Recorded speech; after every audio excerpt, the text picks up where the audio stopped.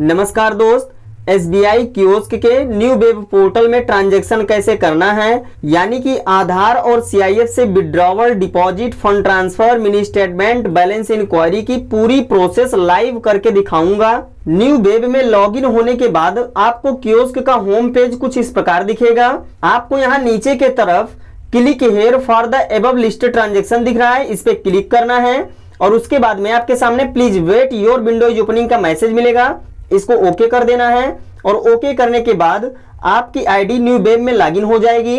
और यदि आपका ID first time new web में लॉगिन हुआ है तो आपको यहाँ आई बटन पर एक वीडियो दिख रही है।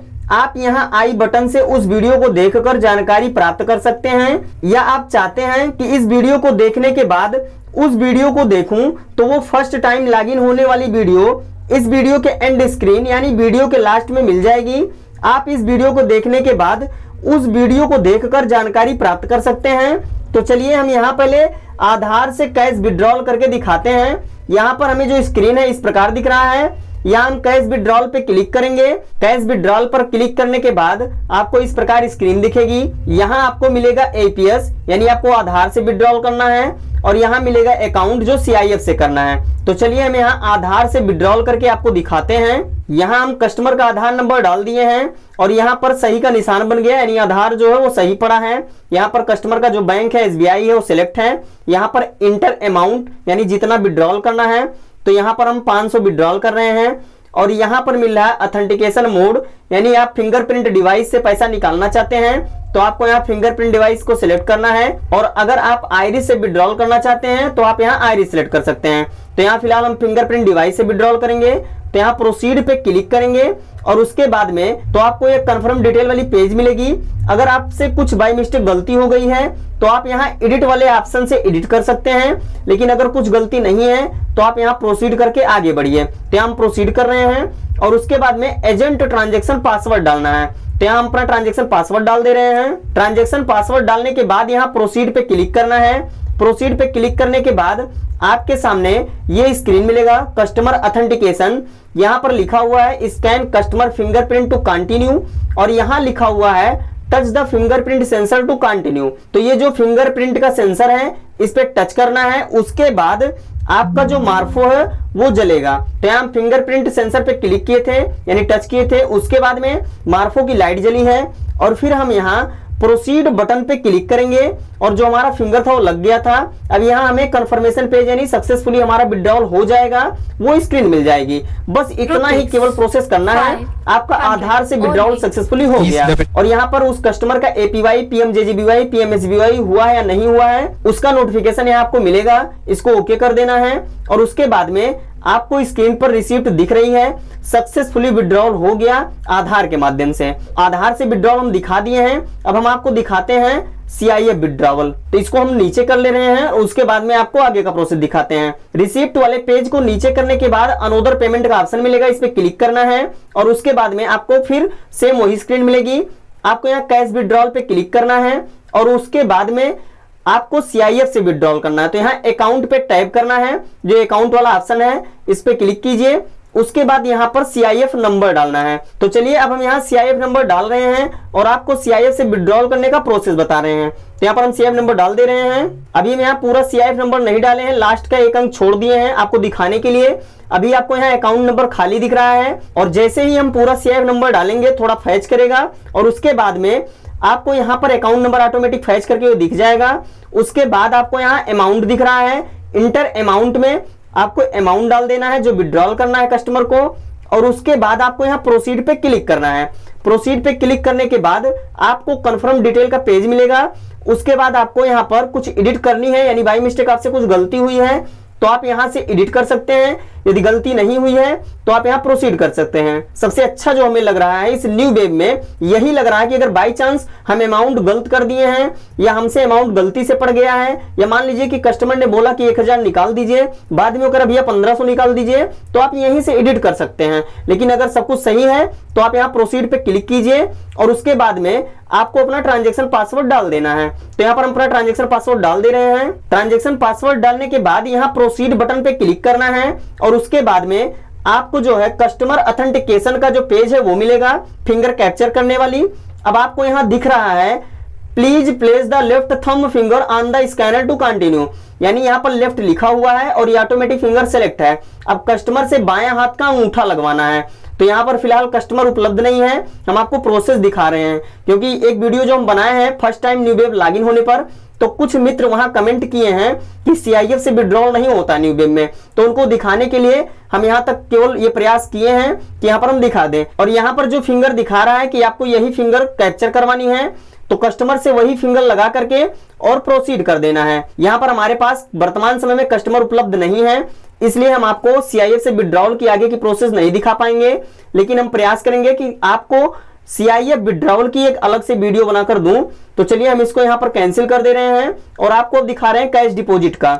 यहाँ पर कैंसिल कर दिए हैं और यहाँ कैश डिपॉजिट आपको मिल रहा है। यहाँ एपीएस है, आपको आधार नंबर डाल देना है कस्टमर का, आपको यहाँ अमाउंट डाल देना है, उसके बाद आपको प्रोसीड पे क्लिक करना है, आपको वही कंफर्म डिटेल वाली पेज मिलेगी, फिर आपको प्रोसीड कर देना है। उसके बाद अपना ट्रांजैक्शन पासवर्ड डाल देना है, तो यहाँ हम ट्रांजैक्शन पासवर्ड डाल दे रहे हैं। उसके बाद यहाँ प्रोसीड पे क्लिक करना है। प्रोसीड पे क्लिक करने के बाद आपके सामने कस्टमर ऑथेंटिकेशन वाला पेज मिलेगा। आपको इस जो फिंगरप्रिंट सेंसर दिख रही है इस पे टच करना है, उसके बाद आपके मार्फो की लाइट जलेगी और उसके बाद आपका जो फिंगर है वो ओके हो जाएगा, यानी कस्टमर का जो फिंगर है वो लग जाएगा। उसके बाद आपको यहाँ प्रोसीड कर देना है। तो चलिए फिलहाल हम यहाँ पर प्रोसीड करके दिखा दे रहे हैं। तो हम प्रोसीड किए हैं और हमारे सामने बस यही प्रोसेस है। अब आपका जो डिपॉजिट है वो सक्सेसफुली हो चुका, यहाँ पर मिल रहा है ट्रांजैक्शन सक्सेसफुल, और उसके बाद आपके सामने जो कस्टमर का पीएमजेजेबीवाई पीएमएसबीवाई एपीवाई का नोटिफिकेशन है वो आएगा, इसको ओके करना है। और आपको यहाँ पर स्क्रीन पर दिख रही है, यहाँ ध्यान से देख लीजिए एपीएस कैश डिपॉजिट दिख रही है, और ये आपका यानी इतने कम समय में न्यूवेब में काम हो रहा है। हाँ, लेकिन जब सर्वर इशू रहता है तो थोड़ा समय लगता है। इसको हम थोड़ा नीचे कर लिए हैं रिसिप्ट को, और यहाँ अनोदर पेमेंट का ऑप्शन पे क्लिक करेंगे। उसके बाद हमारे सामने यही स्क्रीन आएगा। अब यहाँ हम कैश डिपॉजिट पे क्लिक करेंगे और यहाँ अकाउंट पे जाएंगे, यानी सीआईएफ से। अब यहाँ हम अकाउंट पे क्लिक करेंगे, हम यहाँ अकाउंट पे क्लिक किए हैं और यहाँ सीआईएफ नंबर डालेंगे और उसके बाद में यहाँ डिपॉजिट करना है। तो इसमें न्यूवेब में एक कमी है यही कि यहाँ पर जब डिपॉजिट किया जाता है न्यूवेब में सीआईएफ से, तो यहाँ पर आपको फिंगर लगाना पड़ता है कस्टमर का। ये समस्या है, क्योंकि ये समस्या हम लोगों के जो पुरानी वेब है उसमें नहीं है। तो हम बैंक से अनुरोध करेंगे कि इस प्रोसेस में बदलाव किया जाए, डिपॉजिट करते समय कस्टमर का फिंगर न लगे। यहाँ पर देख लीजिए फिंगर लग रहा है। चलिए हम इसको बैक कर दे रहे हैं, क्योंकि हमारे पास समय कम बचा है तो हमें और भी प्रोसेस दिखाना है, तो इसको हम कैंसिल कर दे रहे हैं। और यहाँ पर अब हम आपको फंड ट्रांसफर के बारे में बता दे रहे हैं। आपको यहाँ पर आधार से अगर फंड ट्रांसफर करना है तो यहाँ पर आपका जो बैंक है एसबीआई का वो सिलेक्ट रहेगा। आपको रेमिटर आधार नंबर, यानी जिनके खाते से पैसा जाएगा, तो मान लीजिए कि हम अपने खाते से किसी के खाते में पैसा भेजेंगे, तो यहाँ हम अपना आधार डाल दिए हैं और जिनके खाते में जाएगा उनका आधार हम यहाँ डाल दे रहे हैं। तो यहाँ हो गया रेमिटर आधार नंबर, यानी जिनके खाते से पैसा जाएगा, और यहाँ हो गया बेनिफिशियरी आधार नंबर, यानी जिनके खाते में पैसा जाएगा, और यहाँ अमाउंट डाल देना। तो यहाँ हम अमाउंट डाल दे रहे हैं और उसके बाद यहाँ प्रोसीड कर दे रहे हैं। प्रोसीड पे क्लिक करने के बाद आपको यहाँ पर फिर वही कंफर्म डिटेल वाली पेज मिलेगी, फिर यहाँ से प्रोसीड कर देना है। प्रोसीड करने के बाद ट्रांजैक्शन पासवर्ड डाल देंगे और ट्रांजैक्शन पासवर्ड डालने के बाद प्रोसीड करना है। और उसके बाद फिलहाल यहाँ हमारा session invalid, please login again दिखा दिया है। तो यहाँ पर जो है अब समय कम बचा है, इसलिए हम इस प्रोसेस को बाद में दिखाएंगे। हम आपको मिनी स्टेटमेंट के बारे में बता दे रहे हैं। तो यहाँ हम ओके कर रहे हैं और दोबारा से लॉगिन कर ले रहे हैं। हम यहाँ दोबारा से लॉगिन कर लिए हैं। अब यहाँ हम मिनी स्टेटमेंट में जा रहे हैं। आधार से मिनी स्टेटमेंट करने के लिए आपको यहाँ आधार नंबर डाल देना है। आधार नंबर डालने के बाद आपको यहाँ बैंक सिलेक्ट कर लेना है, जो भी बैंक होगा कस्टमर का। तो यहाँ पर हम एसबीआई का कर रहे हैं, तो एसबीआई सिलेक्ट है, इसको हम प्रोसीड करेंगे और यहाँ भी हम प्रोसीड करेंगे। उसके बाद अपना ट्रांजैक्शन पासवर्ड डालेंगे। इस न्यू वेब में अगर आप मिनी स्टेटमेंट कर रहे हैं तब भी आपको ट्रांजैक्शन पासवर्ड डालना है। तो हम ट्रांजैक्शन पासवर्ड डाल करके इसको प्रोसीड कर रहे हैं और उसके बाद हमारे सामने कस्टमर ऑथेंटिकेशन वाला पेज मिला है। यहाँ हम फिंगरप्रिंट सेंसर को टच करेंगे, मार्फो की लाइट जलेगी, उसके बाद फिंगर लगाएंगे और उसके बाद यहाँ हम नीचे प्रोसीड पे क्लिक कर देंगे। अब हमारा जो मिनी स्टेटमेंट है, अब यहाँ पर मिनी स्टेटमेंट का जो ट्रांजैक्शन है वो सक्सेसफुल दिखा रहा है। अब यहाँ हम इस मैसेज को ओके करेंगे और थोड़ा नीचे आएंगे। मिनी स्टेटमेंट अभी आगे मिलेगा। नीचे करने के बाद proceed to view mini statement पे क्लिक करना है। उसके बाद आपके सामने ये स्क्रीन दिखेगा, ये आपका मिनी स्टेटमेंट है। तो चलिए अब हम इसको बैक कर रहे हैं अनदर पेमेंट पे क्लिक करके, और यहाँ पर CIF से मिनी स्टेटमेंट के लिए आपको अकाउंट पे क्लिक करना है और यहाँ पर CIF नंबर डाल देना है। जैसे ही आप CIF नंबर डालेंगे अकाउंट नंबर फैच कर जाएगा, आपको प्रोसीड करना है और यहाँ से भी प्रोसीड कर देना है। आपको यहाँ पर ट्रांजेक्शन पासवर्ड डाल देना है। ट्रांजेक्शन पासवर्ड डालने के बाद प्रोसीड कर देना है। प्रोसीड होने के बाद कस्टमर का फिंगर कैप्चर करने वाला स्क्रीन मिल जाएगा। तो हमारे सामने कस्टमर उपलब्ध नहीं है, इसलिए हम इसको बैक कर दे रहे हैं। चलिए हम इसको बैक कर दिए हैं और आपको हम अब दिखा दे रहे हैं बैलेंस इंक्वायरी। आधार से बैलेंस इंक्वायरी के लिए APS पर और CIF से बैलेंस इंक्वायरी करने के लिए अकाउंट पर क्लिक करना है और यहाँ पर CIF नंबर डालना है। उसके बाद अकाउंट फैच कर लेगा, आपको प्रोसीड कर देना है। इसको हम बैक कर दे रहे हैं और यहाँ आपको हम व्यू ट्रांजेक्शन हिस्ट्री के बारे में दिखा रहे हैं। यहाँ आपको डेट सिलेक्ट करना है। डेट सिलेक्ट करने के बाद कितने बजे से आपका SBI कियोस्क चल रहा है वो टाइम आपको सिलेक्ट कर लेना है, यानी जब से आप ट्रांजेक्शन किए हैं।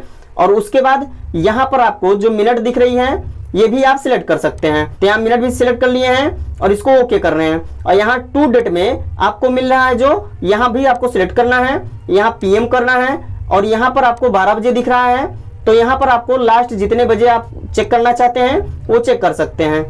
और इसकी अधिक जानकारी के लिए हम जो वीडियो बनाए हैं वो भी इंड स्क्रीन पर मिल जाएगी, उसको आप देख सकते हैं। इसको ओके कीजिए और यहाँ पर आपको ऑल करना है और यहाँ सर्च कर देना है। आपका जितना ट्रांजेक्शन रहेगा नीचे शो कर जाएगा। तो चलिए इसको हम बैक कर रहे हैं और आपको हम बता दे रहे हैं मनी ट्रांसफर के लिए आपको यहाँ आना है, money transfer to SBI account, और लोन डिपॉजिट के लिए आपको यहाँ आना है। यानी जो सर्विस आपको न्यू वेब में नहीं मिल रही है वो आपको यहाँ पर पुराने वेब से करना है।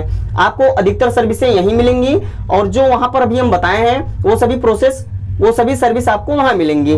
तो हम आशा करते हैं आपको ये जानकारी अच्छी लगी होगी, वीडियो पसंद आई होगी। वीडियो पसंद आई हो तो आप हमारे चैनल को सब्सक्राइब जरूर करें, वीडियो को शेयर जरूर करें। वीडियो को लास्ट तक देखने के लिए बहुत बहुत धन्यवाद आपको।